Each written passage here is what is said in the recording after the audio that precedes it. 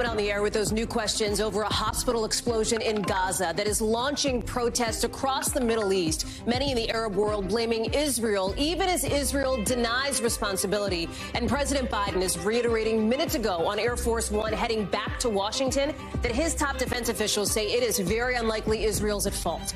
The region, a tinderbox tonight, and the diplomatic scramble is getting more urgent every minute. We are live with the latest from overseas. And we're live here at home, where we are also seeing protests. U.S. officials describing what they call a heightened threat environment. We've got more on that response coming up. Plus, Russia and China's leaders refusing to condemn Hamas's role in this war. So what does that mean for the Middle East picture? Then here in Washington, the fight to get a speaker voted into the House seems to be going backwards. The Plan B and Plan C and maybe Plan D options that members are now looking at as we go live one-on-one with one Republican changing their vote later on in our show. Hey there, I'm Hallie, and tonight, seething anger in parts of the Arab world, now boiling over with global protests after that deadly hospital explosion in Gaza and finger-pointing over who's responsible for it.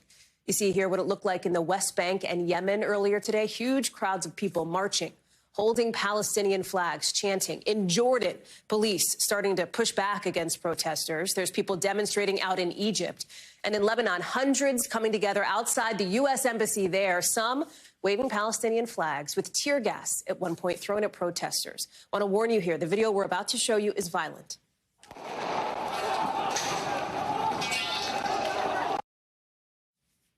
The flashpoint for all of this: who is responsible for that hospital strike on day 12 of this Israel-Hamas war, a war sparked by that terror attack against Israel 12 days ago? You are looking now at some new graphic footage from near the hospital of the aftermath. Palestinian officials blaming Israel for the explosion there. The Israelis deny targeting the building, instead saying a rocket launched by the Palestinian Islamic Jihad group misfired and hit the hospital. And U.S. leaders for now seem to agree it is not Israel's fault, based on what the White House National Security Council says is an analysis of images, of intercepts, some other information.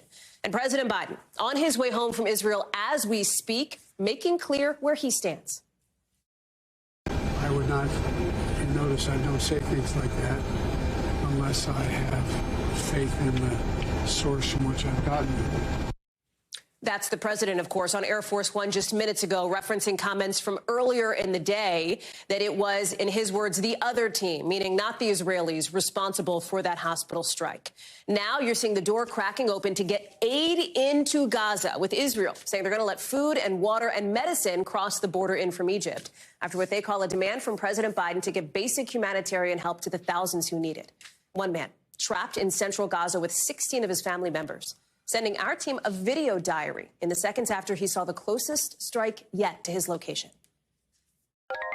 We were out in the street when some bombing happened at the market. We were walking towards where we're sheltering, and we can see some dense smoke, and we can actually feel the dust. So this blow was quite close.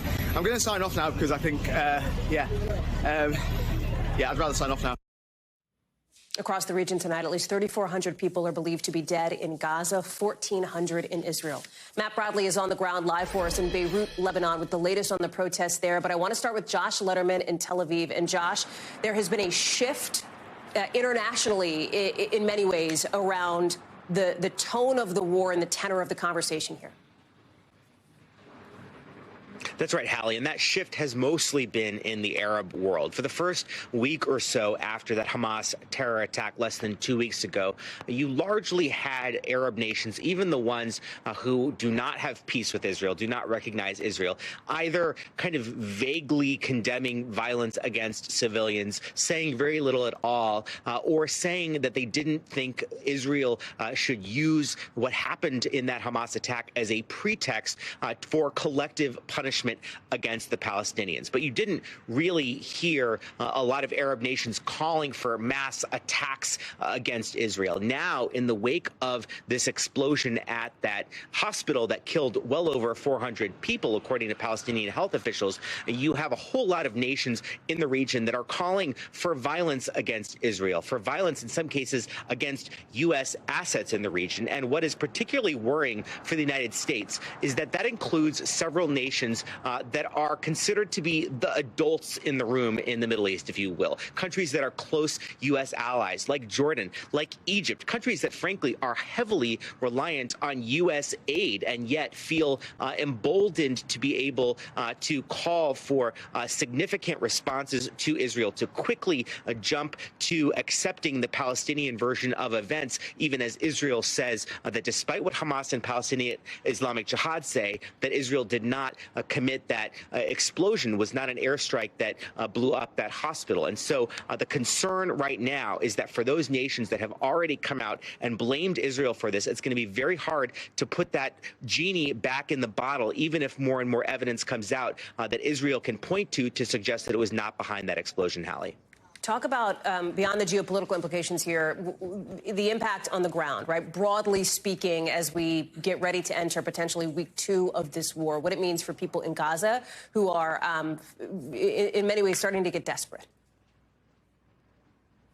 Well, the bad news is that some of the delicate negotiations that were happening behind the scenes on getting civilians out, on getting humanitarian aid, involving Hamas and officials in the Gaza Strip, those have been clearly set back by the events of the last 36 hours or so. But the good news is that President Biden, while he was here, apparently was able to strike some deal with the Israelis in which they have said, look, we are not going to let any humanitarian aid into Gaza from Israel until all of the Israeli abductees that are in the Gaza Strip are freed. But we are going to let aid flow in over the border from Egypt. The Israelis saying that followed what they called a demand from President Biden. And President Biden, in his comments to reporters just a few minutes ago on Air Force One, said that he has now struck a deal with Egyptian President Sisi to allow up to 20 trucks carrying humanitarian aid to enter the Gaza Strip from Egypt. So we are clearly awaiting more details about what exactly that's going to look like, but it does appear that during President Biden's visit here to the war zone in Israel, as well as the phone call he was able to have with President Sisi in the hours after, that there has been some movement, even if it's just 20 trucks, towards getting humanitarian aid. But of course, when you think about more than 2 million people crammed into the Gaza Strip, 20 trucks is far less than what they need right now. Josh, we are just getting word into us as we are in this conversation here, and I'm sorry to tell you information that you don't already know yet, but that President Biden now, we can report, is going to be delivering a primetime speech tomorrow night to discuss what the White House says is the U.S. response to Hamas's terrorist attacks against Israel and Russia's, again, I'm quoting from the White House here, Russia's ongoing brutal war against Ukraine. That is going to be a primetime speech from the Oval Office by President Biden tomorrow evening. He has been very clear in showing support to Israel. Obviously, taking this trip to an active war zone just in the last 12, 18 hours or so. He is now on his way back to the United States. He is on Air Force One. He is talking about what's happening here. This has been a moment for him where he has really tried to frame the U.S. response as one standing with Israel. Josh. That's right. And what's so interesting about that, Hallie, is not only the fact that the president is going to have this primetime opportunity to reflect to the nation what he heard from Israeli officials on the ground here. He's also going to clearly want to talk about his interactions or lack thereof with the countries in the Arab world after that summit was summarily canceled in Jordan following this Gaza hospital strike. But the fact that he's also going to talk about Russia's aggression in Ukraine, because one of the big concerns for both U.S. officials and, frankly, the Ukrainians is that over the last week and a half, that issue has really fallen off the map. It has been overtaken in the attention of the public by this crisis here in Israel. So the president clearly wanting to use that speech to make sure that we do not take our eye off the ball of that ongoing war that Russia is waging in Ukraine, Hallie. Josh Letterman, thank you so much. Live first there in Tel Aviv with a lot of news developing as we speak. I want to bring in now Matt Bradley, who is live for us in Lebanon. Matt, we've talked about those protests at the U.S. Embassy in Beirut. There is also a Hezbollah rally in another suburb here. Give us a sense of what it's like on the ground. Yeah, well, I went to the site of those protests at the U.S. Embassy, and it looked very violent. I was just there at the tail end. You could still kind of smell the tear gas just a little while after the police had dispersed the crowds. And clearly, the protesters had taken down some of the guardrails, some of the big barriers that were blocking the road leading up to the embassy. But I got to tell you, Hallie, the U.S. Embassy is set back way far from the main road. And actually, there's phalanx after phalanx of all of these, police officers and then actually Lebanese military regulars with long weapons, mounted machine guns. There was no way the protesters were going to make it all the way to the embassy, and they didn't. And that was something that when I spoke with the embassy officials, they were kind of like, yeah, well, we saw this in the distance. This is a very protected embassy, given the threats that they faced in the past couple of years. But when I was at a Hezbollah rally earlier, we saw a little bit of what Josh Letterman was just telling you about how, people there were speaking, first of all, they were talking about Israel and they were talking about the United States in the same breath, condemning them in the same terms, in the same tone. They didn't see any daylight between the United States and Israel. They didn't see any daylight between Netanyahu and Joe Biden, and they condemned them in the same tone because to them, they are the same. And I actually spoke with some protesters about, what do you think about this evidence that maybe it was an errant Palestinian weapon that landed in that hospital last night, the same hospital explosion that spurred these protests all across the Arab world today. One man told me that even if there was definitive evidence that said that this was the Palestinians who did this, there would still be protests. Here's what he told me. Israelis with their killing machine are killing and slaughtering children and women indiscriminately. Yes, we are Muslims. We are, as human beings, yes, we have to send this message of support and solidarity with them. So, yeah, this was about last night and the hospital explosion, but it really wasn't. It was about generations of what the Palestinians say are acts of genocide committed not just by Israel, but also by the United States. Hallie? Matt, we've also talked repeatedly about the potential for a possible second front to open up in this war. We know that Israel and Hamas are fighting near Gaza in the south, and I think we can show a map. You see where that is there, where Gaza is. Look further north. We've highlighted Lebanon there in red, concerned that with Hezbollah launching missiles from along the southern border of Lebanon, northern border of Israel, that potential could escalate. Yeah. Yesterday there were about 5 people killed along that border, and there were more others who were killed along that border as well, who weren't just Hezbollah. We're seeing that violence ramping up. That was a Hezbollah rally I was at earlier today, and I asked that question to a bunch of people: is Hezbollah ready to go into war? I got a lot of bravado, a lot of "we're ready to be martyrs." You can believe that. There's a lot of anger in this country, but whether the whole rest of the country outside of Hezbollah, the Christians, the Druze, the Sunni Muslims, are ready to go into another war with Israel that could bring this country to its knees, just like it did nearly 20 years ago, that's another question, and that's a question that might be up to Iran. Yeah. Hallie? Matt Briley, live for us there in Lebanon. Thank you so much. I want to bring in Megan Fitzgerald, who is live for us in Amman, Jordan. And Megan, talk to us about the sentiment on the ground there. Well, Hallie, I can tell you that there's certainly this sense of unity, this collective fatigue, certainly here in Jordan and across the Arab world. Fatigue. And so when I spoke with protesters today, they said they're tired. They're tired of watching what's happening inside Gaza, where innocent people are being killed every single day.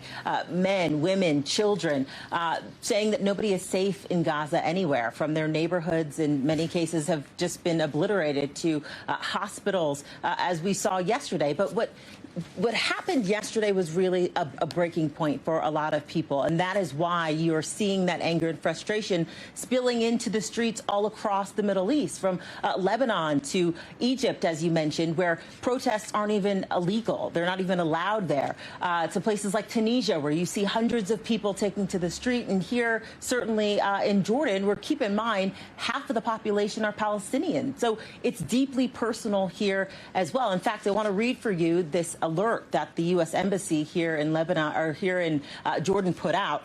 They said U.S. citizens should expect to see a heavy police presence around the embassy and potential disruptions to traffic. The temperature is certainly rising, Hallie, and it doesn't seem like it's cooling anytime soon. Give us a diplomatic gut check here after the president's canceled summit in Jordan, of course, with leaders from the region here. We know that he is on his way back, as we said, on Air Force One. He is set to land in Washington later on tonight after announcing now this primetime speech tomorrow night on the war between Israel and Hamas, and then, of course, that Russian invasion of Ukraine as well. I would imagine, right, as the president is making the case to the country in this very visible way about why the U.S. should be supporting Israel, should be supporting Ukraine, that the geopolitical piece of it is going to be woven in. Oh, absolutely, Hallie. And in fact, I really have to get to this statement because it really speaks to, the sentiment across the Arab world. So we know that King Abdullah of Jordan had a conversation today with the Prime Minister of Spain. And I want to read for you a little bit of what the royal court released. It said, His Majesty the King stressed the need to intensify international efforts to immediately stop the war on Gaza, which has entered a dangerous stage that many feel the region could go into a disastrous state. So there's a lot of concern here. Like I said, the temperature is most certainly rising. Diplomatic efforts are needed now more than ever, Hallie. Megan Fitzgerald live for us there in Jordan. Megan, thank you so much. As we talk about, of course, the impact now of that explosion at that hospital in Gaza, we want to be really clear about the questions surrounding it and the challenge in independently verifying what's true and what is not, at least right now, because remember, that border now is closed. It is very difficult for international journalists to get in. We're going to go through what everybody right on both sides is saying about this. Let's start with the Israeli military. Remember, the National Security Council agrees with Israel that it is not responsible for the strike. That is the assessment at this point, according to the White House. The Israelis say the rocket did not hit the hospital directly, but hit the parking lot. You see it here. And that if it had been an Israeli missile, you would have seen buildings on the perimeter of that dotted line. You see that white dotted line damaged. They say you would have also seen a bigger crater, 20 to 60 feet. The Israelis say the Palestinian Islamic Jihad group, which they say is to blame here, quickly realized a rocket misfired and then worked fast to try to spread misinformation and inflate casualty numbers. On the other side of this, Hamas also points to the damage to back up their claim, saying that no Palestinian ordinance could have created something this deadly with so many casualties. They also say there was a warning given by the Israelis moments before to clear out. And they also point to claims the Israeli military has made in the past that turned out not to be true, specifically the shooting of a Palestinian-American journalist that IDF at first denied responsibility for. I want to bring in Ellison Barber, who is also live in the region here tonight, to talk through some of all this for us, because there has been, as we have laid out now, a lot of back and forth around this. But the bottom line is this. The impact is already being felt around the world. Yeah, Hallie, and you laid out so well what each side is saying here. And as you pointed out, it's incredibly difficult right now for journalists to get inside of Gaza. You have to have permission. Our team doesn't have permission to do that. We do have an NBC News producer who's on the ground there. We have spoken to people tonight as well as last night who were in the area when this hospital exploded. We have very different conflicting reports from a number of groups here, not just one side and then the other, but we're talking 1, 2, 3, 4, at least 5, right? Hamas has a take on this. Islamic Jihad has a take on this. Israel has a take on this. Arab leaders have a take on this. The United States has a take on this right now. And the truth is, we just do not know for sure what happened here. But what is indisputable is that you had a lot of innocent civilians, hundreds of them, who died in whatever happened here. And that's an absolute tragedy. The estimates coming from inside could be as high as 500. One of the doctors working at the hospital treating victims from the hospital where this exploded, he told me yesterday in a statement that it was just such a massive overflowing of bodies of people who are injured coming to their hospital. And he told me the majority he'd seen, Hallie, it was women and children, people he said had been sheltering inside of the hospital when there was that explosion, thinking they were going to be safe. Hallie. The other piece of this, as you talk about civilians here, is humanitarian help that people need in Gaza, and the push to try to get people out, not just of Gaza, but also out of Israel for those who want it. We're just finding out that the U.S. State Department flights to help people in Israel get out are leaving only about half full. Help us understand that. Explain that.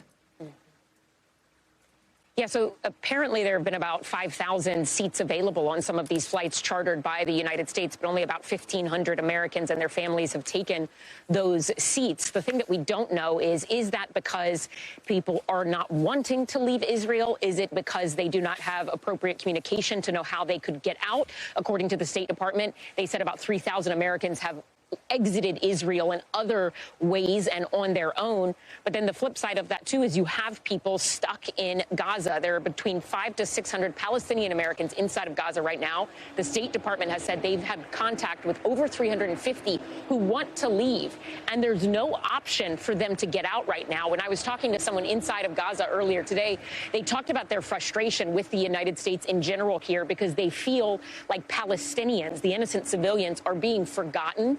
And this situation where you have access to flights, to cruise ships to leave Israel that doesn't exist for Palestinian Americans inside of Gaza right now is really frustrating to a lot of people. Hallie?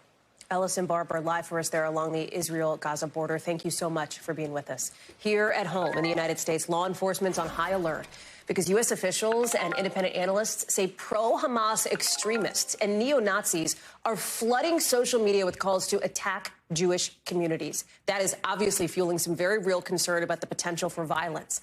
One official is telling NBC News the Department of Homeland Security is monitoring what they call a heightened threat environment. So this is an elevated security posture, concerned about attacks on Jewish Americans, on Arab Americans, on Muslim Americans.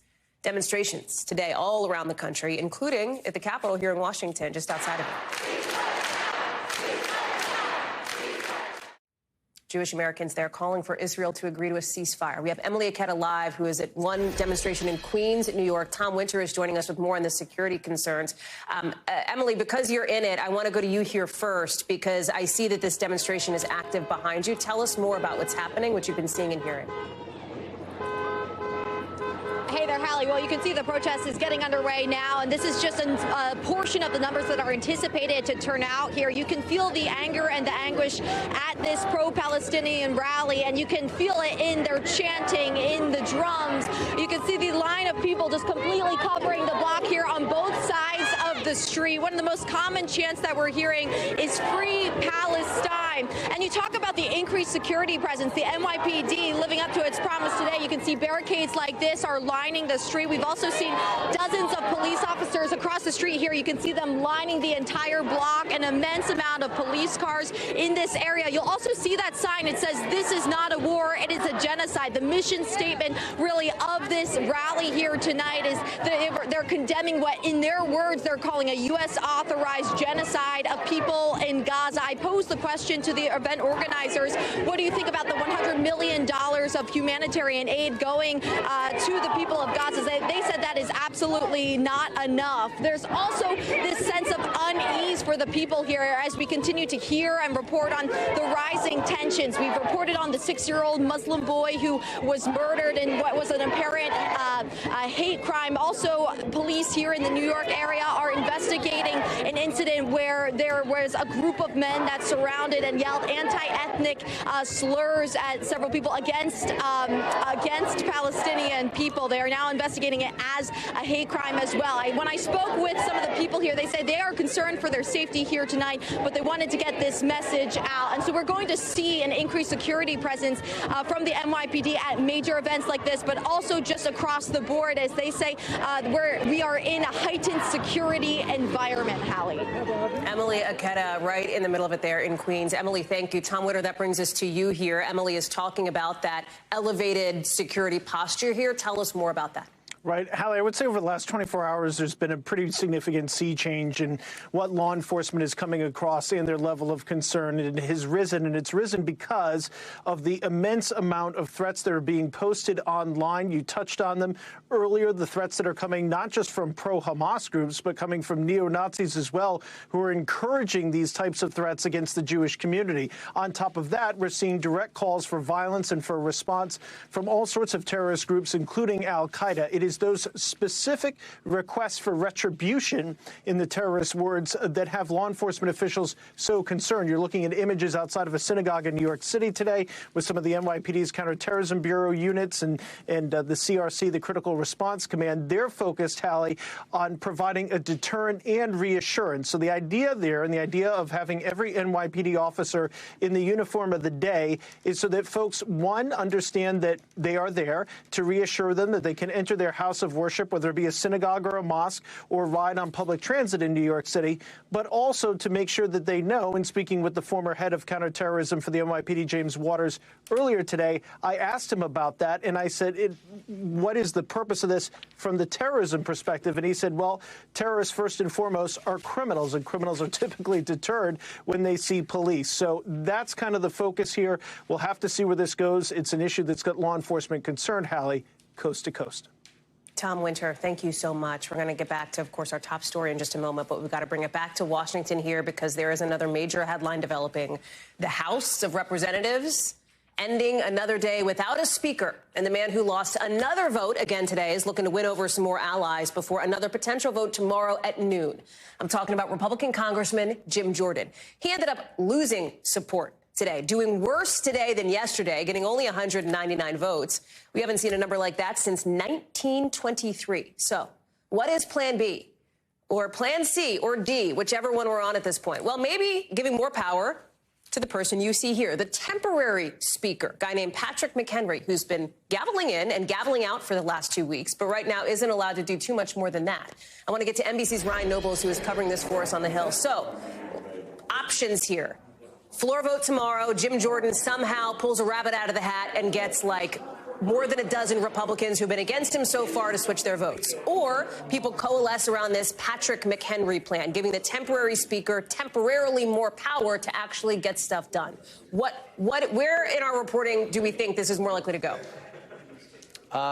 Maybe option C, Hallie, one we aren't even talking about yet, is that we go through another round of voting and Jim Jordan actually does worse than he did today. That seems to be the sense that at least I'm getting from the Republicans that I talked to. Just a few of the members were over here by our camera position a few minutes ago that were among the group that voted against him and said that they're firm, that they're still not going to vote for him, and that they're talking to others that voted for Jordan today who are likely not going to vote for him tomorrow. So the indication is that deficit that Jordan is facing only expands tomorrow. It doesn't contract. And so the question is, what comes next? There's some talk of the Patrick McHenry option, but even that, Hallie, I don't think has a ton of momentum right now within the Republican conference. Because wouldn't Democrats also have to get on board with that to actually get that over the line? Like, so you'd be in this situation where perhaps some Democrats would be joining with Republicans to put a Republican temporary speaker in place. That would be one of the potential scenarios. There is obviously the option that Republicans, 217 of them, could vote for Patrick McHenry on their own. It doesn't seem like there's enough to do that. So it would likely require Democrats. And there is some scuttle. There are some Democrats. Jared Moskowitz of Florida, for instance, said that he would probably support something like that. The question is, are there enough Democrats that would be willing to do that to compensate for whatever you would lose from Republicans? Because even some of the Republicans that don't like Jim Jordan don't necessarily like the idea of partnering with Democrats. So that's why every time you think there's a solution here, there's something that prevents it from moving forward. Okay, so when do we hit red alert 5, or pick your number? And by that, I mean, we've got a government shutdown coming up, still a month away. You've got the potential for the U.S. to need to send more aid to Israel in the middle of this international crisis. The White House is prepping an aid package there. At what point does the rubber meet the road? At what point does it start to get truly too late for Congress to do what it needs to do if there is no House Speaker? Hallie, I can't imagine we're not already there, to be honest with you. I mean, this is really a crisis. And I know we probably sound like a broken record every time we come on and say that Congress is paralyzed and nothing can get done. But I almost feel like we are past the point of this becoming something that is untenable. There's every expectation that within the next couple of hours, we're going to see a supplemental aid package come forward. It doesn't matter what the White House asks for. That can't not be passed until there's a speaker. And right now, there is no viable path to finding one, and I'm not sure when there will be. Ryan Nobles, we're glad to have you there live for us on the Hill. Much more to talk about, I know, in the next couple of hours. Appreciate it. Coming up, we're going to stay in Washington with the breakdown of the guy Ryan was just talking about, the acting temporary House Speaker, plus a member of Congress who switched their vote to Jim Jordan. Plus, United Airlines changing its boarding process in a big way, what it could mean for the time you save next.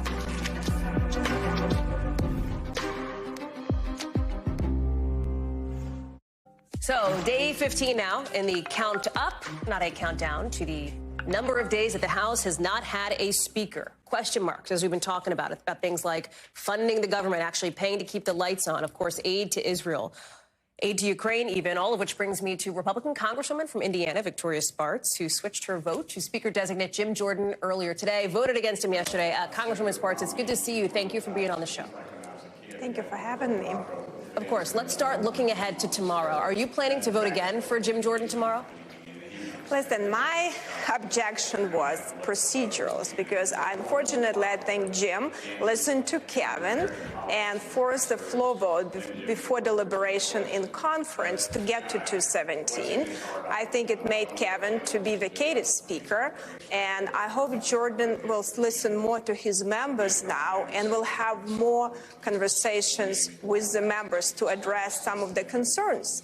And I voted just as a protest vote and rescinded my support for Jim for us leaving on Friday night and not deliberate further. I think, hopefully Jim understands now that he needs to work with members. Hopefully he can bring these members back to vote for him because I think he has a lot of strengths to him. And I was very impressed today with Tom Cole said on the floor that we're going to be fighting for the people dealing with debt and border security. And, as you know, I've been a big proponent of that commission, and I hope we'll have a bipartisan support. But what he said on the floor, it was bold, brave, and I couldn't vote for another Rules Committee member. I'll get really in trouble.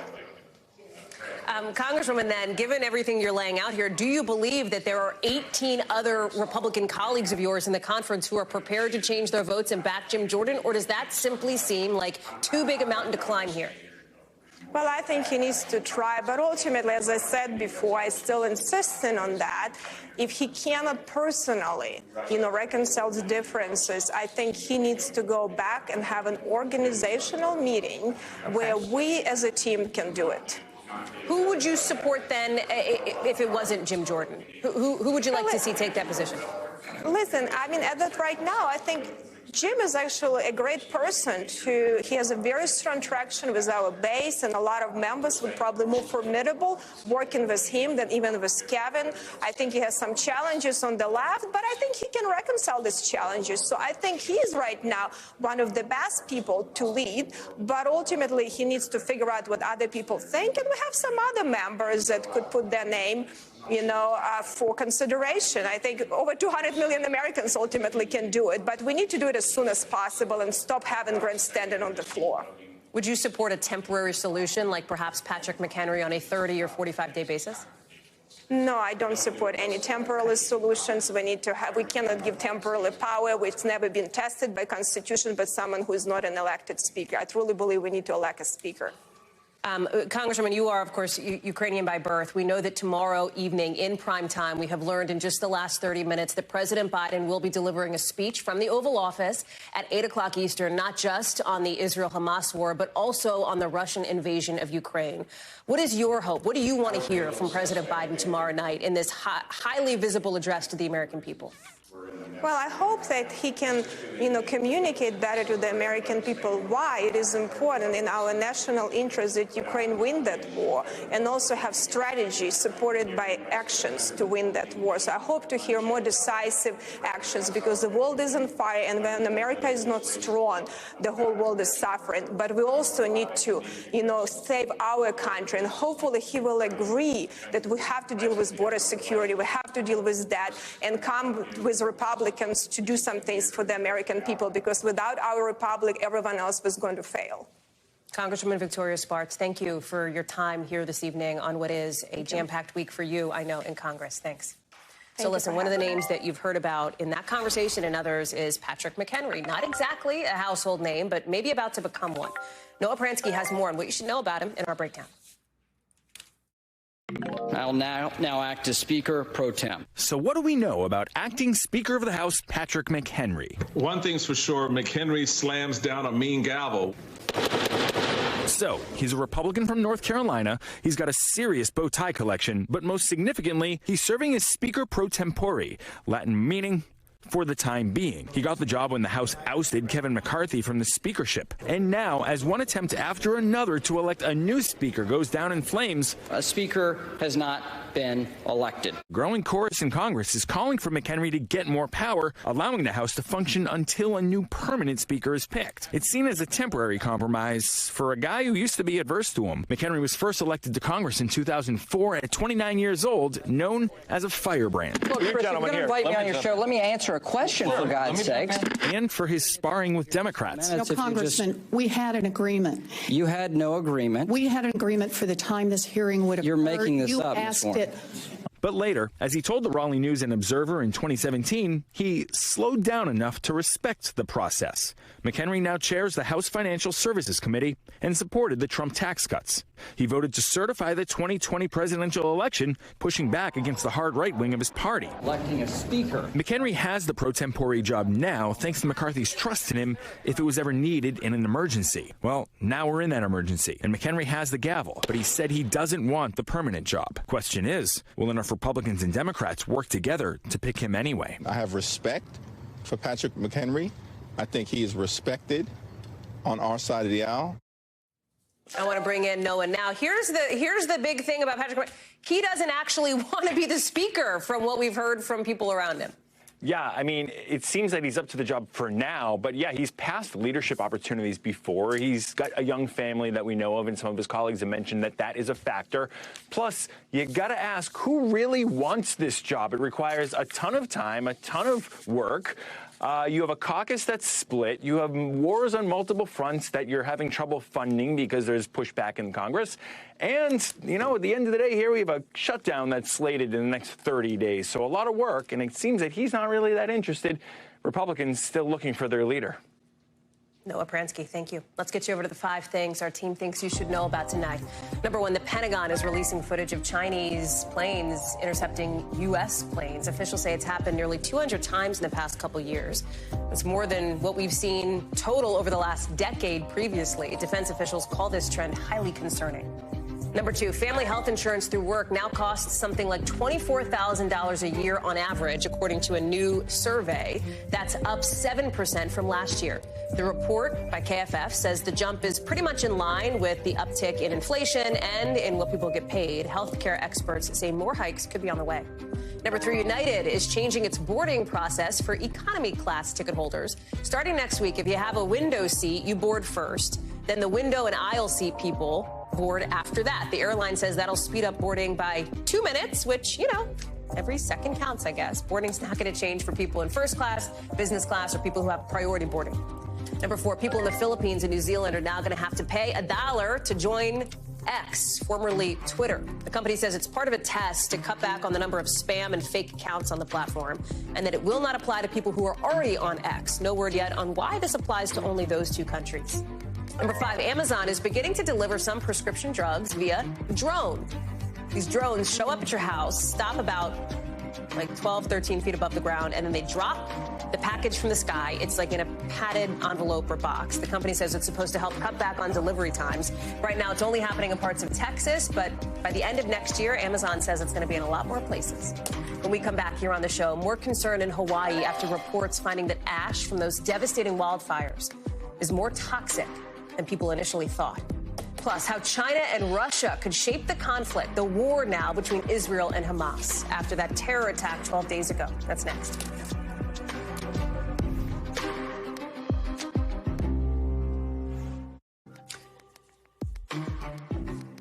NBC News covers hundreds of stories every day, and because it can be tough to read or watch or listen to them all, our bureau teams have done it for you. This is what they tell us is going down in their regions in a segment we call The Local.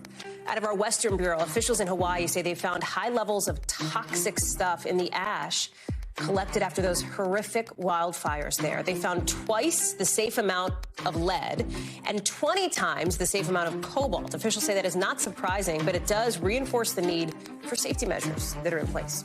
Out of our Southern Bureau, police in Texas are looking for somebody who escaped from a courtroom yesterday. He was in shackles when he was in there, but when a fight happened in the courtroom next door, police left to go help out. He got out of the shackles. He left. That's the fight. Officials say this person is charged with assault. They're looking into how he escaped.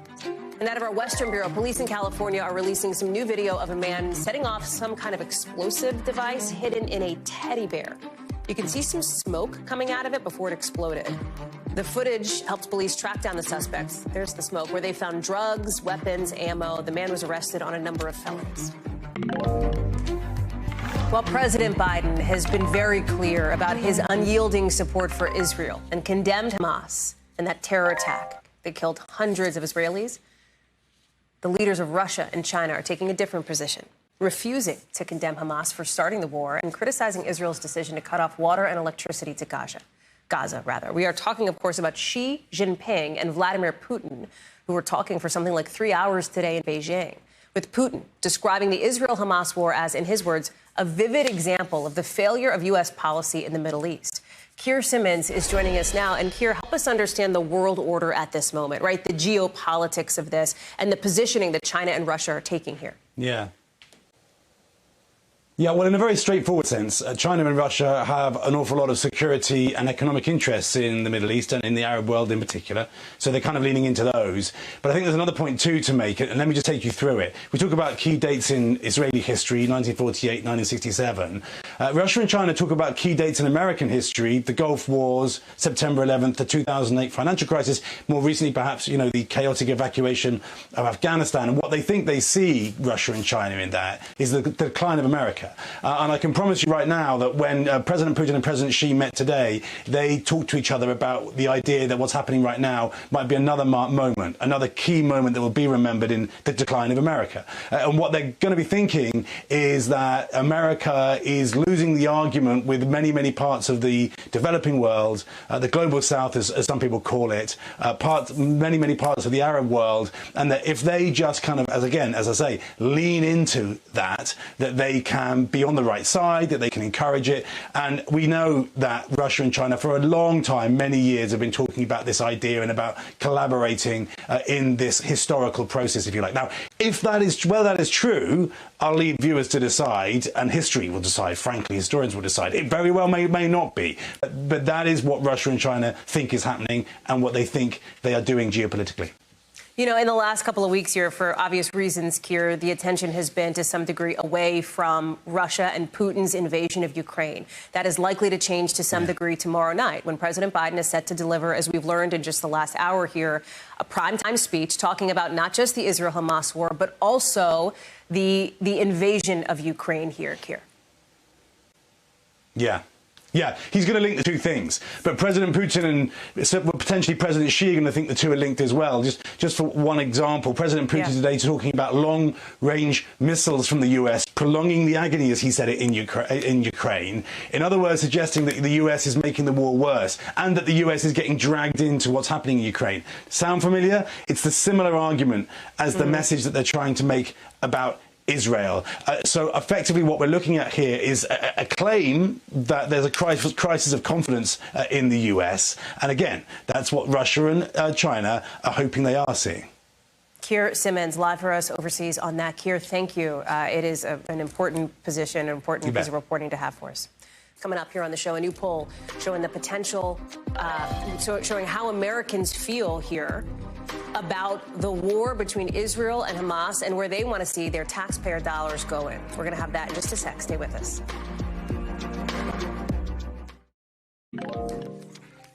We've been watching the U.S. reaction to the Israel-Hamas war play out in some of the demonstrations across the country we've seen since that terror attack just over a week and a half ago. Now, some new numbers out tonight are showing us just how Americans feel about the U.S. response. Nearly 40% of people think the government should support Israelis over Palestinians. 6% think the opposite. But 36% of people want the U.S. to be even-handed in the conflict. Nearly 20% are undecided. Steve Leisman is joining us now. And, Steve, this is some quantitative data to back up some of the qualitative images that we've seen as far as demonstrations, pro-Israeli and pro-Palestinian around this country. What's interesting in these numbers is this generational split in some instances, right? Talk to us about that. So I think it's good to understand, or important to understand, Hallie, that we asked this question back in 2014. And the percentage who want to treat Palestinians and Israelis the same actually came down from 53%. But inside that movement from 2014 to today, there were some pretty big changes, as you say, generationally. Those 35 and older moved more towards supporting Israelis, especially the 65 and over cohort. But the 35 or 18 to 34-year-old group, they became more in favor of just favoring the Palestinians, in fact, from 2% to 11%. So that 10% change doesn't sound like a lot that it's just 11, but it's a big change demographically or a big change quantitatively for that younger cohort. President Biden, as we've talked about, came out very quickly to publicly support Israel, to work to provide aid. We are also seeing him in some of this new polling from CNBC get fairly low marks for his handling of foreign policy, 31% approval. His approval rating overall is at one of the lowest it's been in his presidency, 37%. Talk through some of the challenges that means for him. Well, both of our pollsters, of course, you know, we use a Democratic and a Republican pollster. I think these are very troubling numbers for an incumbent trying to get reelected. Maybe among the worst parts for him was some of the erosion of support directly from his base. Some of the numbers on the economy, for example, just 74% of Democrats support the president's handling of the economy. 66% of Democrats support his handling of foreign policy, while the overall approval rating is 81%.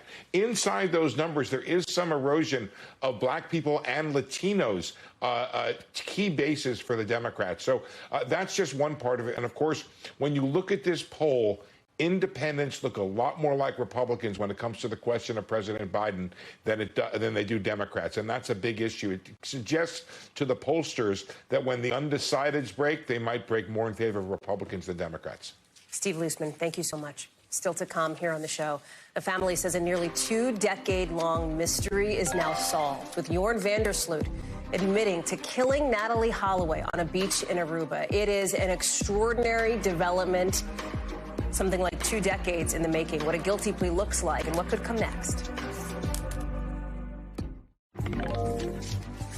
The main suspect in the disappearance of Natalie Holloway, a case that captured headlines around the world 2 decades ago, is now confessing to killing her and getting rid of her body as part of a plea deal today. You can see Jorn van der Sloot in court here in this sketch. He pleaded guilty to extortion and wire fraud charges for trying to sell information in 2010 to Holloway's family about where her body is. The confession was part of that plea deal. With her family speaking with our team in just the last hour or so. Listen to this. Were you stunned by the depravity, both of what he did to your daughter, but also the behavior that you mentioned after the fact, right after he'd committed murder? Exactly. And it was funny because that was what threw me off, and I think it threw a lot of us off in 2005, because I'm like, well, okay, how could he have murdered her? And then he goes home and checks the soccer scores, gets on a porn site, and gets up, takes a shower, and goes to school. Well, oh, there you go. There's that other 18 years fast forwarded. Now I know why.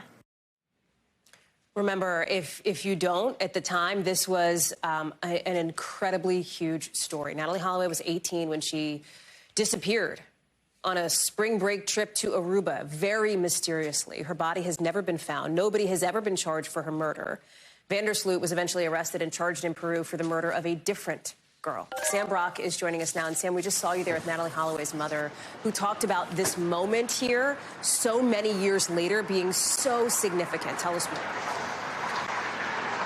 Yeah, it was one of those generationally defining stories. I know we all lived it sort of vicariously, watching this poor family, Hallie, and wondering what would that be like. There were families, loved ones, parents scared to send their kids places for years with this in the back of their mind. So finally, for Beth Holloway, if not resolution, answers. And I will tell you right now, as far as the terms of how Natalie was killed, that was shocking in its own right. It wasn't the details that we received in court. In court, we found out from the judge and also from Beth that he had confessed to murder. We didn't know going in if it was just going to be a guilty plea for extortion and wire fraud, if he was really going to get into those kinds of details. He confessed, and then after the fact, Beth came out and said that Natalie was on a beach, according to Jorn van der Sloot, in Aruba, and that he had tried to make sexual advances. Natalie wanted none of it, and he killed her and then dragged her out to sea. And then we actually saw the transcript, Hallie, of what van der Sloot told authorities, and he says that he kicked her in the face when she would not accept his sexual advances, and then took a cinder block nearby and hit her on the head, and then took her to sea. So gruesome gruesome details. But when I asked Beth about this, she said, I would rather have those details than not have them at all. Here's what she told me. I think the not knowing is worse. You know, the knowing is shocking. You brace yourself, you take the hit. But the not knowing is the never-ending nightmare, and that's worse. There's another way to characterize this, Hallie. There were victim impact statements that the judge allowed, certainly for Beth, but also for Natalie's father, Dave, too. And I'm going to read you a portion of what he said, because it's very poignant. He says, we know that he killed her intentionally because she dared to stand up for her own body and defended herself against his unwanted sexual advances. He murdered Natalie and then tortured those who loved her most. He is evil personified. And that really does speak to how so many members of this family right now are feeling. But at least they know what happened to their loved one. So what is next for them, Sam? And even for Vandersloot's legal case, he's already serving time for this different murder in Peru. So what's interesting about what's next is the idea that, first of all, Vandersloot is going to be out of the United States, according to the judge, within a matter of days. And she said as soon as possible. The U.S. Marshal Service said they're going to make that happen. But the judge had considered not accepting his plea deal so that she could potentially get more years for Vandersloot. But the issue was she was worried about losing that murder confession if that were to play out that way. And then I asked Beth, how credible do you think it is, this corroboration from the FBI? And what he's saying now, Vandersloot has lied so many times before, but she said she has a lot of confidence in the polygraph that he took and all the parties that were involved in interviewing him. Here's what she said. He said that after killing her on the beach in Aruba, he put her into the water, and that was the last that he ever saw her. I'm satisfied knowing that he did it. He did it alone, and he disposed of her alone. And Hallie, at least legally, this does appear to be the final chapter of this decades-old story. Sam Brock, thank you so much for that update. We appreciate it. That does it for us for this hour. We've got a lot more coverage picking up right now.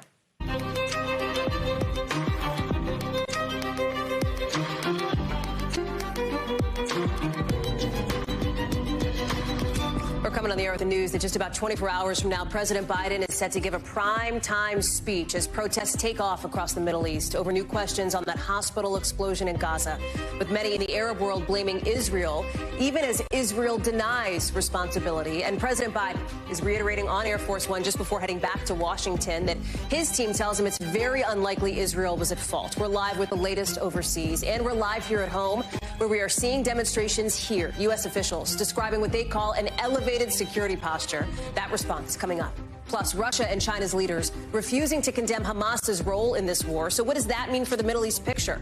Then the fight to try to get a speaker voted into the House here in Washington seems to be going backwards. The Plan B and Plan C options, members are now looking at it as we go live one-on-one with the Republican who's changing their vote a little bit later on in the show. Hey there, I'm Hallie, and tonight we are just learning that President Biden is going to speak from the Oval Office tomorrow night, 8 o'clock Eastern in prime time, as at this moment parts of the Arab world are boiling over with seething anger. Global protests now after that deadly hospital explosion in Gaza and finger-pointing over who's responsible for it. You see here what it looked like in the West Bank and Yemen earlier today. Big crowds of people marching and chanting. In Jordan, people pushing back against protesters. In Egypt, people demonstrating. In Lebanon, same thing, hundreds outside the U.S. Embassy. At one point, protesters had tear gas thrown at them. A warning, the video we're about to show you, it is violent.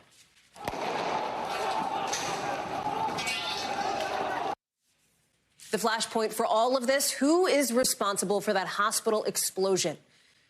As there are now 12 days into this war between Israel and Hamas. You're looking at some new graphic footage from our team near the hospital of the aftermath there, with Palestinian officials blaming Israel for the explosion. The Israelis deny targeting the building, instead saying a rocket launched by their enemies misfired and hit the hospital. We're going to have more on that in just a second. U.S. leaders for now seem to agree it is not Israel's fault,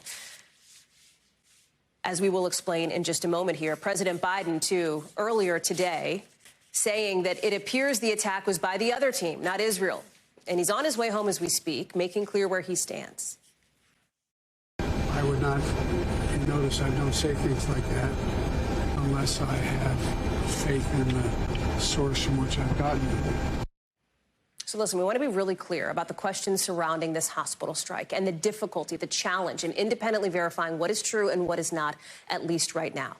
The Israeli military is saying, and remember, the National Security Council agrees with Israel it's not responsible, but the Israelis say that they didn't do it, right? That the rocket did not hit the hospital directly. They're pointing to some of this, what they describe as evidence there, saying it hit a parking lot instead. That if it had been an Israeli strike, an Israeli missile, you would have seen some of the buildings underneath this dotted white line, some of the buildings on the perimeter also damaged. You would have also seen, they say, a bigger crater, 20 to 60 feet. They blame the Palestinian Islamic Jihad group. They say that that group quickly realized a rocket misfired and then worked fast to try to spread misinformation and inflate casualty numbers. Now, Hamas, right, the other side of this war, is also pointing to the damage to back up their claim that it was Israel's fault, saying that no Palestinian ordinance could have created something this deadly with so many casualties. They also say there was a warning given by the Israelis moments before to clear out. And they point to claims the Israeli military has made in the past that turned out not to be true. Specifically, the shooting of a Palestinian-American journalist that the Israeli military at first denied any responsibility for. Across the region needs to take a step back and look at the bigger picture here. Tonight, at least 3,400 people are believed to be dead in Gaza, 1,400 in Israel. We have team coverage live across the region and here at home tonight. Ali Rafa is near the White House. Matt Bradley is live for us in Lebanon. But I want to start with Ellison Barber, who is on the Israel-Gaza border. Ellison, let me start with this. This moment of anger that we are seeing in much of the Arab world and the response here, the way that this is affecting the diplomatic discussion, too. Tell us what you're seeing on the ground and what you're hearing.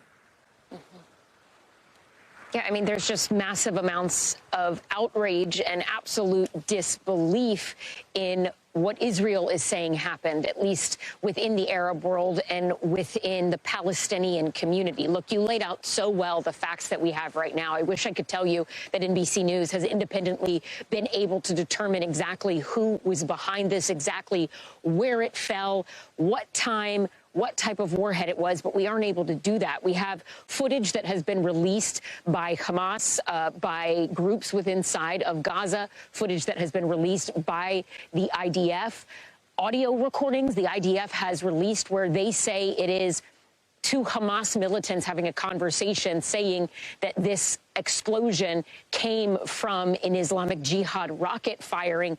All of that is out there. We also have video on the ground of the aftermath from people who have provided it to us, who are inside, from our producer, who is inside of Gaza. But none of that gives us a definitive answer as to what happened here, other than the fact that we know a lot of civilians were hurt.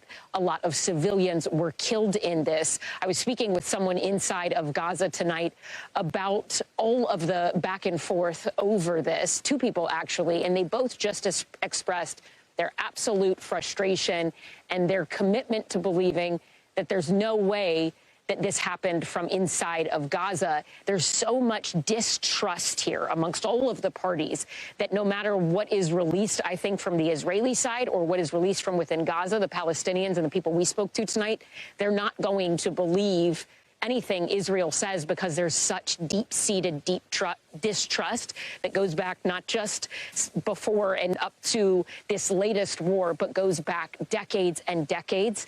And there is a lot of people who feel like the people who are saying, OK, we believe Israel, the United States, that of course they would say that. They always do. But again, NBC News can't independently verify what happened here. We can't really get teams inside because you have to have permission from Hamas to get into Gaza. And on top of that, there's an entire blockade on the Israeli side and the Egyptian side. That's not open either. So it's really hard for new groups to get in to assess what happened here. We do know a lot of civilians have died, and I don't know if you can notice behind me, Hallie, as I'm standing here, but we're starting to see a lot of flashes in the distance. That's Gaza back in that way. Some sort of bombardment happening again in the northern part of Gaza. Hallie? You talk about the humanitarian aid to civilians inside Gaza. We are learning tonight that there has been an apparent agreement to try to get that all-important Rafah border crossing open, at least for humanitarian help to get in, even if it doesn't mean necessarily that civilians are getting out. Our team is talking with one person, one man. He's trapped in central Gaza. He's with 16 of his family members, and he sent us, I want to play it here, Ellison, this video diary in the seconds after he saw the closest strike yet to his location. Watch. We were out in the street when some bombing happened at the market. We were walking towards where we're sheltering, and we can see some dense smoke, and we can actually feel the dust. So this blow was quite close. I'm going to sign off now because I think, I'd rather sign off now. People like him, so many others, civilians in Gaza, the focus continues to be on how to either get them out or get them help where they need it. Yeah, and look, we don't know for sure right now when this will happen. And I think there are a lot of people here who say, I'll believe it when I see it, because they thought that border crossing was going to be open a few days ago for humanitarian aid to come in, as well as for foreign nationals to leave. And that time period where we thought there was an agreement between Secretary of State Antony Blinken in the United States and Egyptian officials, it did not happen. President Biden told reporters traveling with him on Air Force One that he thinks the border crossing will likely be open either Thursday or Friday. Egypt has confirmed that President el-Sisi had a phone call with President Biden to talk about this. But another group that also has to be involved to some degree, one would think, with the negotiations is the group that controls the other side of the border there, right? And that is Hamas. They are the governing body inside of Gaza. They have not been involved in these discussions yet. So the fact that Israel is saying they're going to allow aid in, it's a big development, a big difference from that last window when we thought maybe the Rafah border crossing was going to open. But at the same time, we haven't seen any movement on the Rafah border crossing tonight. There is a massive amount of humanitarian aid there that has come from the EU, a lot of different aid groups, other countries. Egypt, the Egyptian Red Crescent, they say that their warehouses in that area are overflowing with aid. There's just nowhere for it to go right now. That border crossing, it needs to be open. And in the past, Egyptian officials have said that part of the issue was that Israeli airstrikes in recent days damaged some parts of that crossing, and that they would need to fix it first before they could open it on their side of things. So I think there's still a lot of unknowns. But we do know that humanitarian aid is desperately needed, and people are trapped inside right now with nowhere to go. I was speaking to someone inside of Gaza, Hallie, and they sent us a video showing us how they're getting water to flush their toilet. They're going to a pool and scooping it out because they have no water. That man's daughter, he has two daughters. One's 9 and one is 6. He told me his daughter turned 9 3 days ago. They're in the south where they have fled. They are sleeping in a room with 22 other children. Just that's the kids' room. And he said when it was her birthday, the other kids found little prepackaged kind of like hostess cakes and stuck a candle in one to celebrate her birthday. And he talked about just the pain of that, of all of this. He said, I actually don't really even care about the aid right now. I just want the bombardments to stop for my children to be safe. Hallie.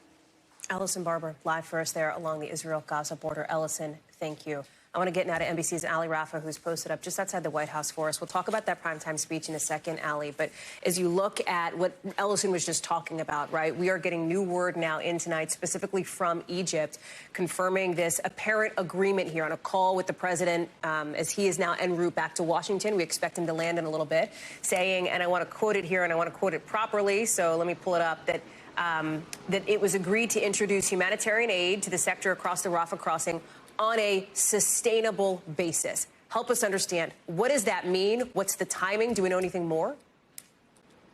Yeah, Hallie. Well, remember, this entire time, Egypt has really held the key to be able to allow humanitarian aid inside an already reeling Gaza, a Gaza that the humanitarian crisis inside of which was growing worse by the hour, even before this attack on a hospital last night, but also to allow people out of Gaza, including the roughly between 500 and 600 Palestinian Americans that we know live inside Gaza. So Egypt has really held the key to this whole situation. And there were real concerns after Egyptian President el-Sisi backed out of this summit that was supposed to take place in Jordan today with the president. Now, as you heard Ellison talk about, and you talked about this phone call that the president had with Egyptian President el-Sisi on Air Force One on the way back to the United States, he says that el-Sisi has agreed to allow up to 20 trucks that have been waiting at that Rafah border crossing full of humanitarian aid,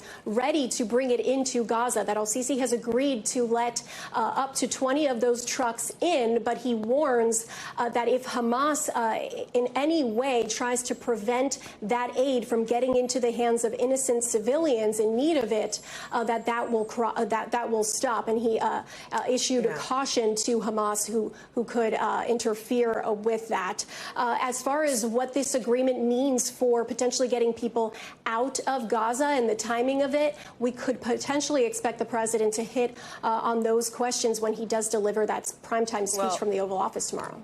Let's talk about that, Hallie, because that's a moment for any president, right? To deliver a speech like that, to do it from the Oval Office, to talk about not just the Israel-Hamas war, but of course the Russian invasion of Ukraine. It is a moment for him to get out there and to deliver a message in a way that perhaps doesn't always break through to every American, like when it's carried live on cable news or streaming news or whatever the case may be. This is a significant piece of the response for him. Are we hearing anything more about what we expect him to say? Presumably, he'll probably talk about the aid package that he hopes Congress will pass. Absolutely, Hallie. Well, I've asked some White House officials what we could expect to hear from him tomorrow, and I haven't gotten a response yet. But I think it would be safe to assume, as you said, we could expect him to push for passage of that aid, what he called today in Israel, an unprecedented support package for Israel that we expect the White House to send to Capitol Hill potentially as early as today. But officials say the timing of that remains very fluid, and we expect that to be tied to not just Ukraine aid, but also Taiwan and funding for the U.S.-Mexico border. Of course, the president pushing for that to be passed as soon as possible. But as we know from these failed votes yesterday and again today, the House still remains paralyzed with no speaker to be able to get any of that passed and not a dollar of that getting to where the president intends it to get. So the president is expected to update the American people on the U.S. support for Israel, as you mentioned, and also Ukraine. And I would expect him to urge Congress to get that speaker confirmed in order to be able to send that aid.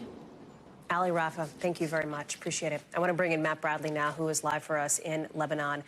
Matt, we have seen a lot, and we talked about it right at the top of the show. Protests in the Arab world, protests in Lebanon. I know that you were there outside the U.S. Embassy. Tell us what you've seen and what you expect in the next days to come. Yeah, well, I was telling you a little bit about what was going on at the U.S. Embassy. We were there just at the tail end when the police had... Looks like Matt's tech signal is going down. I want to see if we can maybe get that back, if we can hear Matt, as he is obviously in the field. I hear some of that background noise now. Matt, if you still have us, you were talking a little bit about the situation where you are in Lebanon. Can you hear me now? I sure can. So we were there at the embassy. Okay, we were there at the embassy. We were there at the tail end after they had already dispersed the crowds. But the really interesting thing we saw was earlier in the day, we were at a Hezbollah rally in a Hezbollah stronghold here in Beirut, a neighborhood called Dahia. And there was a huge rally. And again, one of the interesting things that we saw was the way in which people were mentioning Israel and the United States in the same breath, with the same tone of condemnation. For them, there was no daylight between Israel and the United States. And they were talking about Joe Biden and the Israeli Prime Minister Benjamin Netanyahu, again, in the same breath, the same tone, with the same level of condemnation, because they see the United States as entirely complicit. They see, really, Israel as just a puppet of the United States in the Middle East. And so when they hear things like Joe Biden saying if Israel didn't exist, we would have to invent it, to them, this is not a coded language. This is not some kind of, signal. This is just direct speak of something they think they already knew, which is that the United States supports Israel entirely and will do so no matter what. So when the Israelis say they're going to go into the Gaza Strip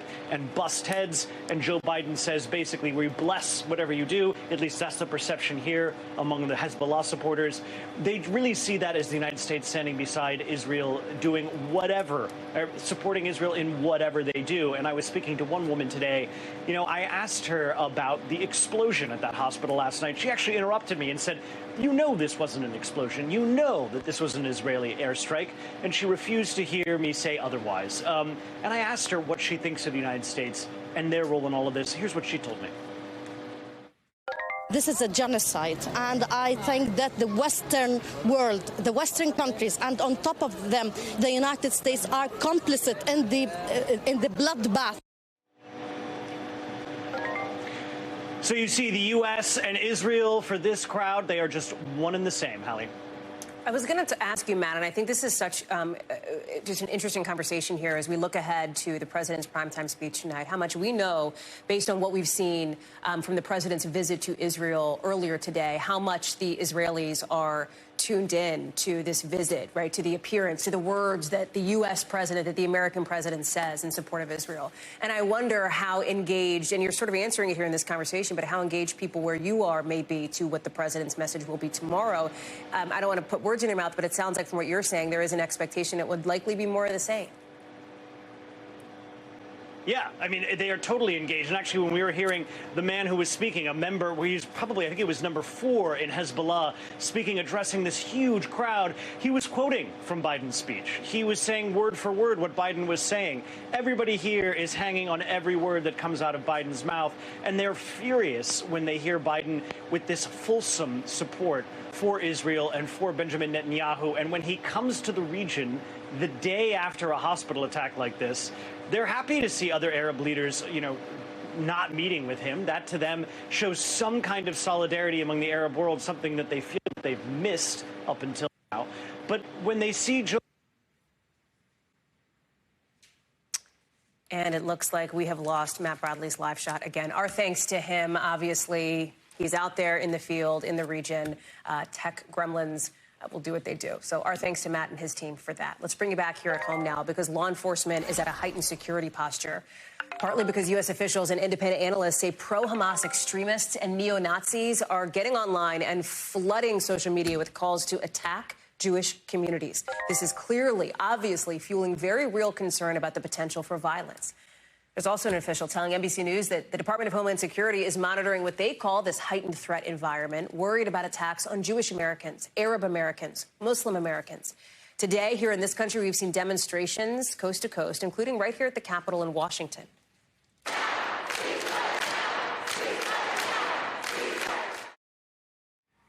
Jewish Americans there calling for Israel to agree to a ceasefire. We have Emily Aketa, who is live for us at a protest in Queens, New York, a demonstration in support of the Palestinian people. And Emily, talk to us about what you're seeing, what the climate is like here in this country.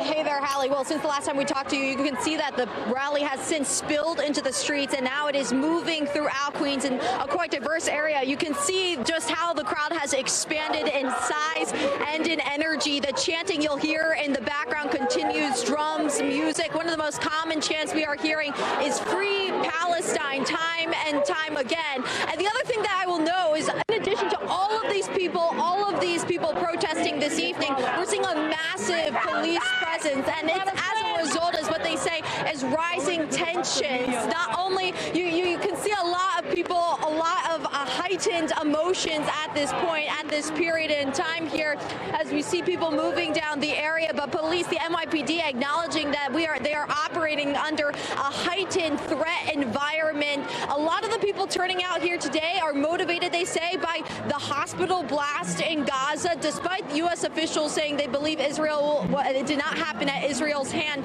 A lot of people here are angered, a lot of anguish and anger on the ground here that we continue to hear about. I want you to take a listen. I talked briefly with one of the event organizers. This is what she had to say about the unease in the community here. Take a listen. Despite, having fear for my safety and for myself, it's nothing in comparison to what the Palestinian people in Gaza and all over Palestine have to face.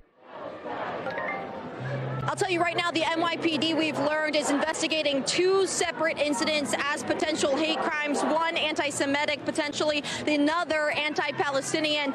Really rising tensions on the ground here, high emotions running high with so much violence happening thousands of miles away, Hallie. Emily Aketa live for us there in Queens. Thank you. Let's bring it back here to Washington now, because as this international crisis is unfolding, of course, in the Middle East after that terror attack against Israel just about 12 days ago, we are now learning that here in Washington, the House of Representatives will end another day without a speaker, meaning no opportunity to, for example, pass any new aid to Israel or to Ukraine or to do anything related to that government shutdown deadline coming up. With the man who lost yet another vote again today, looking to win over some more allies before another potential vote, maybe as early as tomorrow at noon. We're talking about Republican Congressman Jim Jordan, who ended up doing worse today in this vote than he did yesterday, getting only 199 Republicans to back him. We haven't seen a number like that since 1923. Okay, so what is Plan C? What is Plan D or E? Well, maybe one of those plans includes possibly giving more power temporarily to this man, the temporary Speaker pro tem at the moment, Patrick McHenry. He's been gaveling in and gaveling out the last couple of weeks, but right now he isn't allowed to do too much more than that. I want to get to NBC's Hallie, who's covering this for us up on the Hill. So help us understand the landscape of what's to come in the next 18 hours. Do we think there will be another speaker vote tomorrow? Is it going to be Jim Jordan who's going up again? Is this McHenry thing going to gain any traction? What's the expectation based on the people you're talking to? Look, there's a chance that we see a vote tomorrow at noon. That's the expectation that we have right now. And frankly, it's the expectation until it isn't, because as Patrick McHenry, the Speaker pro tem, was leaving the building tonight, he said, yes, the plan right now is to do a noon vote on Speaker, presumably with Jordan still in the race. But they just wanted to leave themselves open the option to do a vote at noon. So it is a little bit up in the air, certainly not as hard and fast as Jordan and some of our other sources initially made it seem, when they seemed to end things for today and then tried to move on to whatever could come tomorrow. Now, there are some people within this conference, including Steve Womack, who I think in a sea of quotes that we've gotten from lawmakers had probably the best one, wherein he told our team that he thinks the House is in need of some divine intervention. That's not something that I think is readily available for lawmakers here, so we'll see what they come up with without that. Well, like, what's going to change, right? I mean, that's the thing that keeps coming up, right? It's like, what is going to be different in 16 hours from now that was different 8 hours ago, or the 16 hours before that, or the 2 weeks before that, right? Because now we are not counting down just to a government shutdown. We're counting up the number of days that the House is leaderless. Yeah, we're now in week 3. And I think that's the real problem here, Hallie, is when you think about, okay, what could Jordan say to get certain people on board here? A, he's largely dealing individual member by individual member in the same way McCarthy was, in the same way Scalise was, albeit for a very temporary period of time. This is not like blocks of Republican lawmakers all banded together. New York is probably the biggest block on the map, and it's really 3 or 4 of them who just don't want to vote for Jim Jordan because there is a political cost to voting for him. He's a firebrand. He's someone who is close to former President Donald Trump. There's political baggage there from January 6th and other things Jordan has done over his career. For some moderates, they've already taken that vote, and they're going to be tagged with it back in their districts. For others, though, it's too politically hefty for them to have to bear in their re-election battles, and that's partly why we're not seeing some of the numbers changing. At least when you look at the first even 6 no votes, or the votes away from Jordan, a lot of them have hometown reasons as to why they're not voting for Jim Jordan. The dynamics and demographics of their districts are probably not going to change. We're talking about places like Oregon. We're talking about the Nebraska area that went for Biden by almost 10 points in 2020 for Don Bacon. These are areas that lawmakers are Republicans on paper, but they got to go home and defend their vote. So Jordan is certainly by no means a moderate that makes that easy for them. And that's just one of the dynamics that's not going to change here. That partly explains why we're seeing this in a merry-go-round that is just so frustrating, because it's not getting lawmakers anywhere, and it's not getting the House any closer to being functional in any sense. Isn't part of this, too, some concern about the intense pressure campaign, both publicly and privately, to get some of these people to back Jordan, that may have backfired, right? Yeah, that's exactly right. And one of those things that we've heard about in the last 24 hours or so is one of those congressmen I was just talking about, Don Bacon of Nebraska, saying that his wife got somewhat threatening text messages from an anonymous number urging her to tell her husband to vote for Jim Jordan and put him as Speaker of the House. This is what another one of the holdouts, though, said by way of explanation of that. This is Congressman Jimenez. Listen to that, Hallie. Somebody's funding this. Somebody's actually funding. I mean, robocalls. I mean, they're not free. So somebody's actually funding this. I don't really take well to threats. Matter of fact, if you threaten me, I'd probably go the other way. So Jimenez there saying that he thinks that this is somewhat larger than just an individual pressure campaign on Don Bacon's wife and other members. We also know there had been some reporting out there from over the weekend, Hallie, that Jordan was trying to leverage his relationships with key Fox News hosts like Sean Hannity to try to get them to reach out and try to sort of bully or urge members to vote for Jim Jordan when they came back in town earlier this week. At the end of the day, none of that worked, because you're right. We're in the same place where we started this segment, which is Jordan was net -2 on his vote totals today compared to yesterday. Hallie, Vitaly, cannot remind people enough what the practical impact of this is, which is like nothing can get done if there is not a House Speaker. Al, thank you so much. Let me bring in now somebody who's actually casting some of these votes, Republican Congressman from California, Doug LaMalfa. Congressman, it is good to have you on the show. Thank you for being with us. Thanks, Hallie. Sure. So yesterday you did not vote for Jim Jordan. Today you did vote for Jim Jordan. Should he expect to count on your support tomorrow? Where are you at? Well, my vote yesterday was an affirmative vote for Kevin McCarthy, who's had a hack job done on him, 2 weeks ago. He should be our speaker. He was a very good speaker. That is not an aspersion to Jim Jordan. I supported him happily today. I told him, we talked right after yesterday's vote. He totally understands it. Me and McCarthy go back, 20 plus years.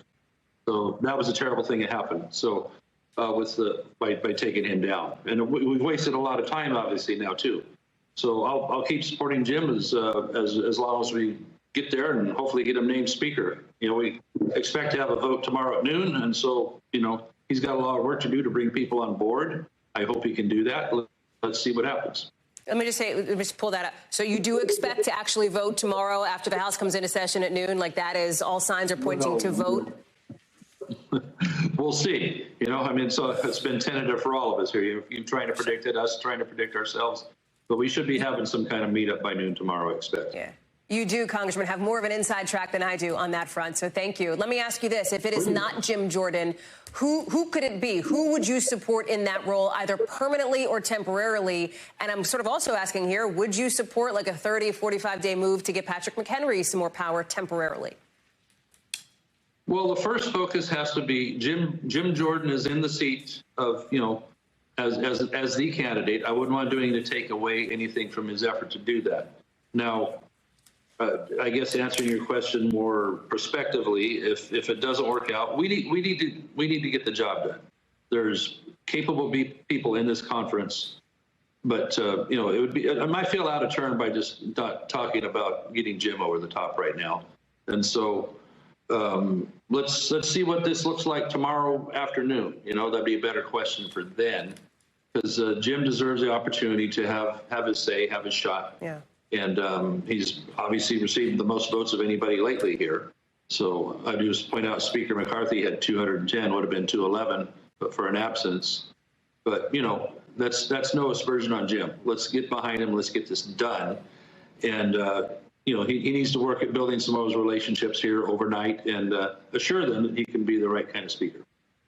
You said something, and I know that you are frustrated at the way that now former Speaker Kevin McCarthy was treated by a very small minority of the Republican conference here.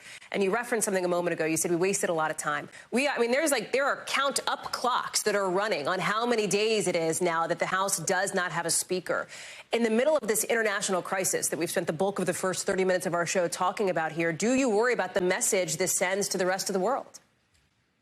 It can't be a positive message when either we have incompetence at the Biden administration on world affairs or the House of Representatives unable to move on the things we need to. We had a 45-day extension by the continuing resolution to do our committee work on appropriations. We have a border crisis with our porous border. We have the Israel situation where we need to be able to act in case, we all decide we want to do an aid package in some fashion to help Israel in this thuggery that Hamas is bringing upon them. So, we have important work to do. As a farmer, we're looking at the farm. We have to get the farm bill going, but, that's maybe a little less than other these top three issues we have here, but it's still important as the body of work the House needs to do. Yes, I'd say it's embarrassing. It doesn't project well around the world that we can't get this done. And it makes me angry because of the roots going back 16 days ago and the amount of time that we're wasting. I'm kind of a regular guy here. And most people want us to get the job done. So let's get the speaker named. If that's Jim Jordan tomorrow, great. Let's get going that much sooner. Congressman LaMalfa, thank you so much for taking the time to be with us tonight. I know it is going to be a busy one for you tomorrow. We will be checking back in. Thank you. Coming up here on the show, we'll take you back to our top story, that war between Israel and Hamas. More on the U.S. response next. Plus, in France, some airports evacuated today because of some security reasons. What officials are saying now about the threat level.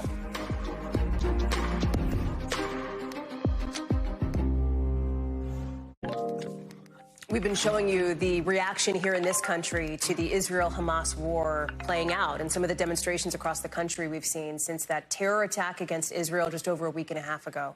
Now, some new numbers out tonight are showing us more quantitatively just how Americans feel about the U.S. response. And nearly 40% of people think the government should support Israelis over Palestinians. About 6% say they feel the opposite, that the U.S. should, from a policy perspective, favor Palestinians. 36% of people want the U.S. to be even-handed in responding to this war. Something like 20% say they're not sure. Let me bring in CNBC's Steve Leisman, who is joining us now. And, Steve, these are some numbers backing up, of course, some of the images that we've seen here. And there is, if you sort of get into this here, some things to pull out, including a generational divide. I think that's one definite thing that comes from the survey. If you look at how people responded back in 2014, there's been a movement of those 35 and older are more in favor or favor Israel, think the government should favor Israelis more than over Palestinians, more than they did back then. Young folks, 18 to 34, there's some additional support there. It's not a lot. It's only 11% who think the government should favor Palestinians over Israelis, but that was 2% back in 2014. So, and I think this has to do, it kind of helps explain the Biden administration's response. They talked today about an unprecedented package for Israel. I think that speaks to the overwhelming support for Israel in this country, but also a $100 million aid package for Gaza, or humanitarian relief package for Gaza. And I do think there's support for that in this country as well. You also, when you look at some of these numbers here, Steve, are pulling out where the president sits as it relates to some of his approval ratings on not just foreign policy, something like, I think it was 31%, but also his overall approval rating at 37%. Those numbers are the backdrop against which he is delivering this primetime speech tomorrow night. Yeah, and I think there are some substantial questions about his leadership in several areas, at least coming from this poll.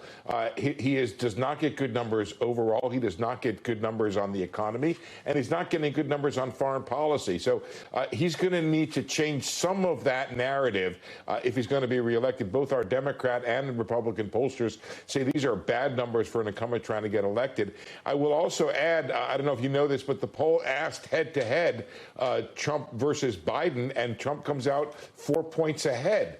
I'll say this, the pollster said, given all of the president's problems, that 4 points doesn't look that bad, but it's not good if you're a president trying to get reelected. Steve Leisman from CNBC. Steve, great to see you. Thank you. I want to get you over to the 5 things now our team thinks you should know about tonight. Number one, fewer younger drivers have died in car crashes over the last couple decades, something like 45%. That's according to a report from a nonprofit group of state highway safety offices. The report says that state programs that promote how to drive safely, well, those are a big reason for that drop. For drivers over the age of 21, deaths went up by 11%. Number two, family health insurance through work now costs nearly $24,000 a year on average, according to a new survey, up 7% from last year. The report by KFF says that increase is just about in line with the rise in inflation and in pay, but healthcare experts say more hikes could be coming. Number three, United is changing how it boards for people in the economy class. Starting next week, passengers with window seats board first. Then it's the people in the middle in the aisle. The airline says that'll speed things up by like 2 minutes in the boarding process. Nothing's going to change if you're flying first or business class or if you have that priority ticket. Number four, a new study suggests hitting the snooze button on your alarm has no effect on sleep quality for most people. It says it doesn't actually make you more tired, and that hitting the button multiple times within 30 minutes might even make you more alert than if you just slept through that time instead. A lot of questions on that one, but okay. Number five, Apple CEO Tim Cook making a surprise visit to China, its third biggest market, about a month after the iPhone 15 was released. Research shows sales there have been down just about 5% in comparison to iPhone 14 sales. Investors are paying a lot of attention to that and what it could mean ahead of the upcoming holiday shopping season, which honestly is kind of already here. When we come back, a whole lot more on our top story. Of course, that war between Israel and Hamas, including what we are just hearing in the last couple of minutes from the Jordanian foreign minister in an interview with our own Lester Holt, why he says he doesn't believe the U.S. or Israel about that hospital explosion in Gaza. This is developing. We're going to have it in a sec.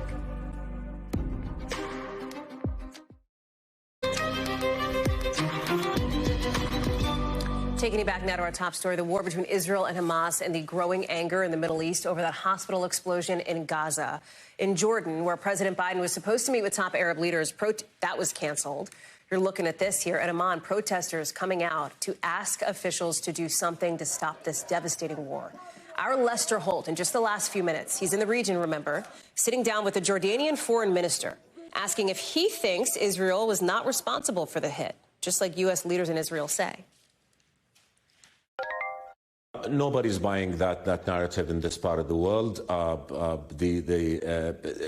In reality, the Israeli army is not very credible in this part of the world as well. The only way that people would entertain a different narrative is if there is an independent international inquiry into what the tragedy that has happened, with impeccable evidence that it was not Israel.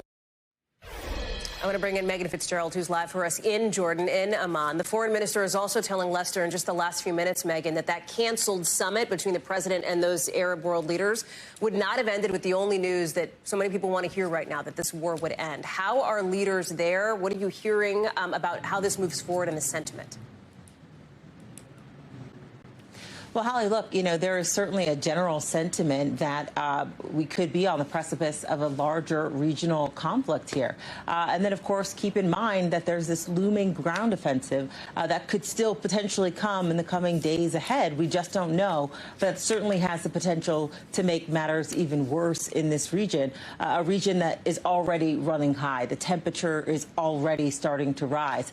In fact, I want to read for you this statement that came from the government here. This was a conversation that King Abdullah of Jordan had with the Prime Minister of Spain. And so this is what the royal court says. They said, His Majesty the King stressed the need to intensify international efforts to immediately stop the war on Gaza, which has entered a dangerous stage that may drag the region and the world into disaster. Really strong words there. And again, we see that the temperature is rising, people pouring into the streets from Lebanon to Egypt to Tunisia and here in Jordan. There's a frustration, there's an anger, as people who I've spoken with today say they're just tired of seeing civilians, women and children being killed. No place in Gaza is safe, and they want this violence to stop, Hallie. Megan Fitzgerald live for us there in Jordan. So many developments tonight, Megan. We're glad to have you there. I know it is pushing 2 a.m. We appreciate you and your reporting. NBC News covers hundreds of other international stories every day, and because it can be tough to read or watch or listen to them all, our international teams have done it for you. Here's some of what they're watching in a segment we call The Global. Out of France, 3 airports have been evacuated because of security reasons today. Some other airports apparently got emailed threats, according to the French Aviation Authority. Police did not elaborate on what those threats were. The airports that closed eventually reopened. The Palace of Versailles also closed, and if that sounds like deja vu, it's because it is. This is the 3rd time in 5 days that Versailles, this huge tourist attraction in France, has evacuated. France has been on a state of alert since a suspected Islamist extremist killed a teacher last week. In Australia, an Australian journalist says she was detained in China for 3 years for breaking an embargo by a few minutes. Cheng Lei was the English language anchor for a Chinese state-run broadcaster. Her account of what happened is different than China's, which says she was arrested for sharing state secrets. And out of the UK, London's British Museum says it's planning to digitize its whole collection after thousands of things there allegedly went missing or got damaged, and what the museum thinks is an inside job by a former staffer. That scandal led to the museum's director resigning over the summer. Coming up here on the show, how China and Russia could shape the conflict between Israel and Hamas. That's next.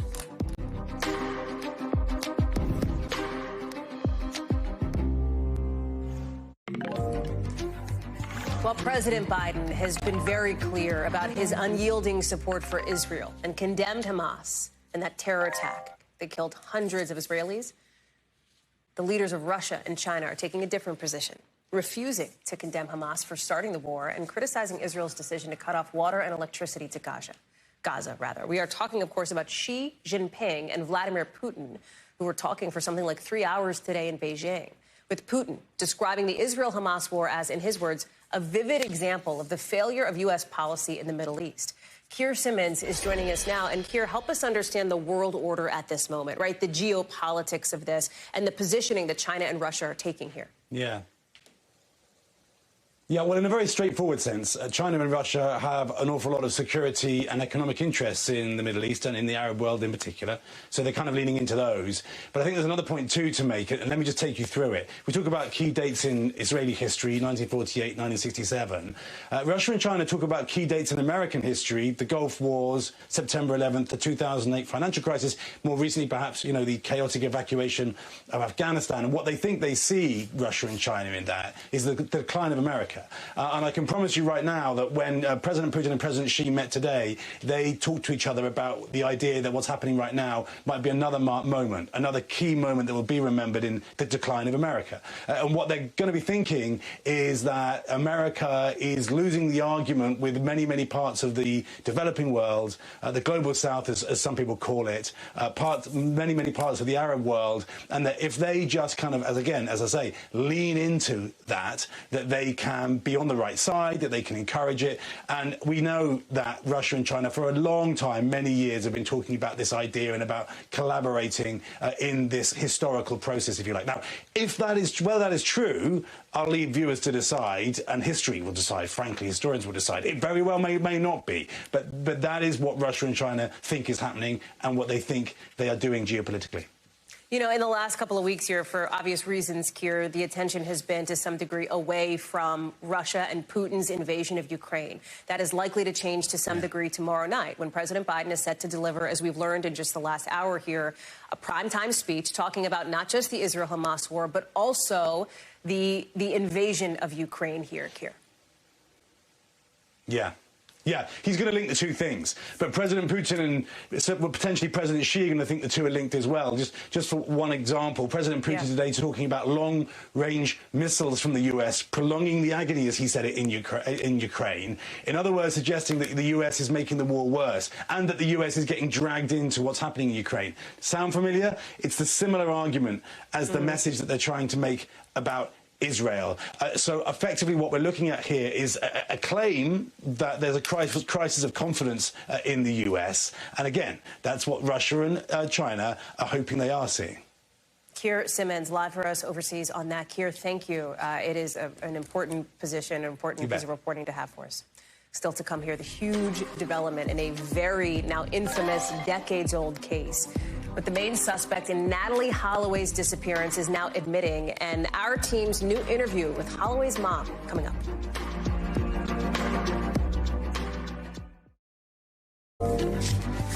The main suspect in the disappearance of Natalie Holloway, a case that captured headlines around the world 2 decades ago, is now confessing to killing her and getting rid of her body as part of a plea deal today. You can see Jorn van der Sloot in court here in this sketch. He pleaded guilty to extortion and wire fraud charges for trying to sell information in 2010 to Holloway's family about where her body is. The confession was part of that plea deal. With her family speaking with our team in just the last hour or so. Listen to this. Were you stunned by the depravity, both of what he did to your daughter, but also the behavior that you mentioned after the fact, right after he'd committed murder? Exactly. And it was funny because that was what threw me off, and I think it threw a lot of us off in 2005, because I'm like, well, okay, how could he have murdered her? And then he goes home and checks the soccer scores, gets on a porn site, and gets up, takes a shower, and goes to school. Well, oh, there you go. There's that other 18 years fast-forwarded. Now I know why.